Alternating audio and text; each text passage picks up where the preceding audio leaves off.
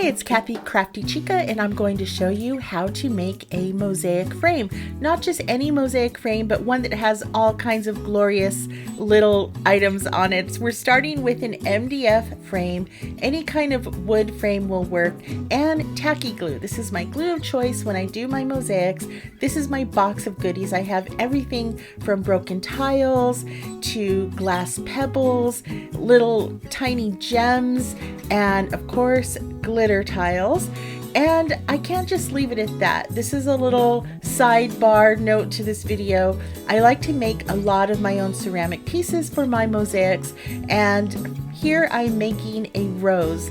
I'm showing this video because I taught a mosaics class to 25 people here in Phoenix, and this is the process that I went through to make my sample frame for them to see. Yes, I made 25 clay roses for each student. Well, each student received one. I added glaze and I put them in the kiln and fired them. In addition to that, I thought, well, they can't just have roses. They also need some cacti. So I also made some cactus as well. Okay, let's get on to making the frame. You want to have a clean work surface, and you can plan out where you want to put your items before you glue them down.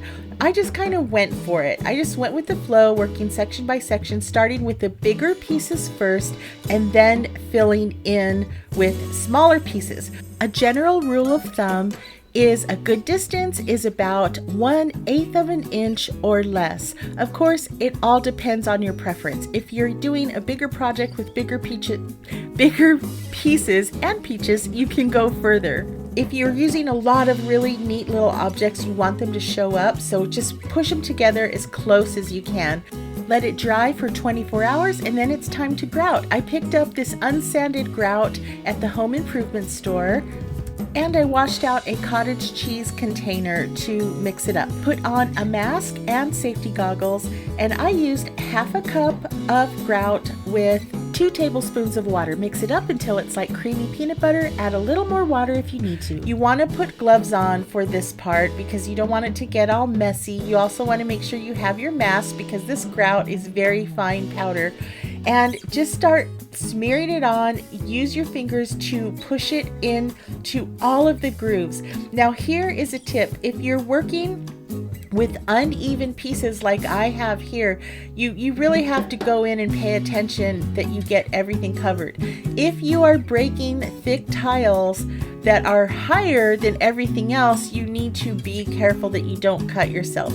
So if you're not going to sand the edges down on the broken tiles, I would suggest doing a frame of all broken tiles the same height. You'll have about 15 minutes of work time to push all the grout in, remove the excess, and then let it set for 10 minutes and go in with a damp cloth and clean it up section by section.